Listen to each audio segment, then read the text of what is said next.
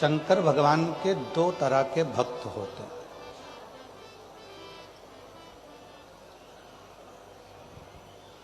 स्वयं भगवान शिव पार्वती जी से कहते हैं, पार्वती दो तरह के भक्त होते हैं, एक फूल की तरह होता है, दूसरा फल की तरह होता है।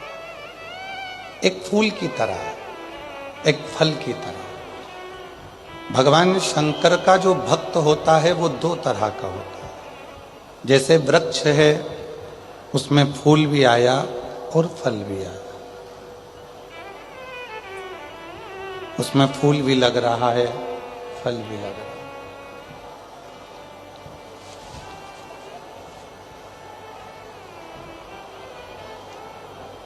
पीछे की आवाज बढ़ाइए, पीछे की आवाज बढ़ाओ।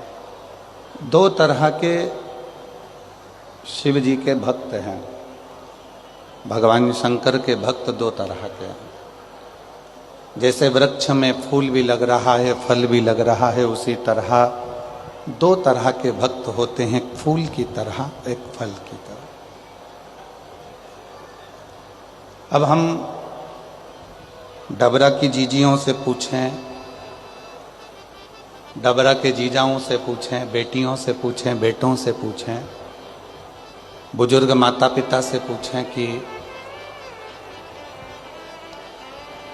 शंभू पीछे की आवाज, पंडाल की आवाज खुलवाइए। दो तरह के भक्त हैं, डबरा की जीजियां, डबरा के जीजा, डबरा की मेरी बेटियां, बेटा, मेरे बुजुर्ग माँ बाप।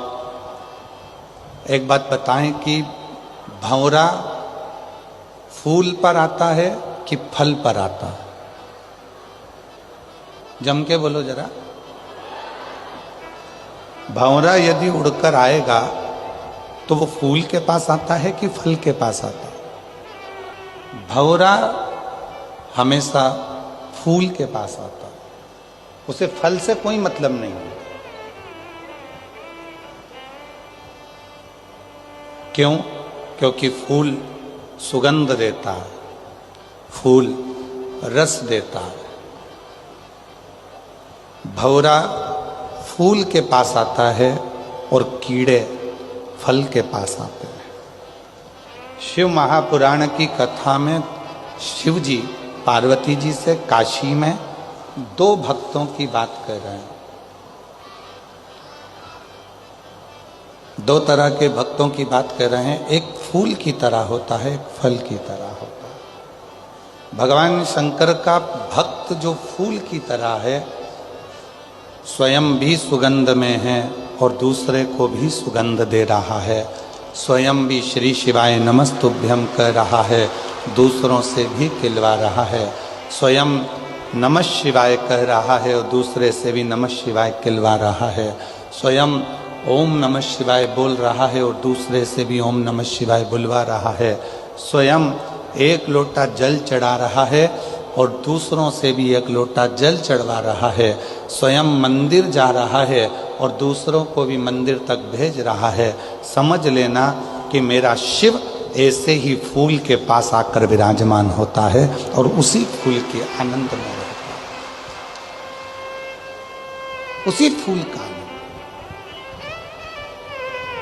और जितनी मेरी डबरा की जीजियां बैठी हैं, जितने मेरे डबरावासी जीजा जी बैठे हैं, जितनी मेरी बेटियां, बेटा, मेरे बुजुर्ग माँ बाप जितने बैठे हैं, आपकी शिव भक्ति बता रहे हैं।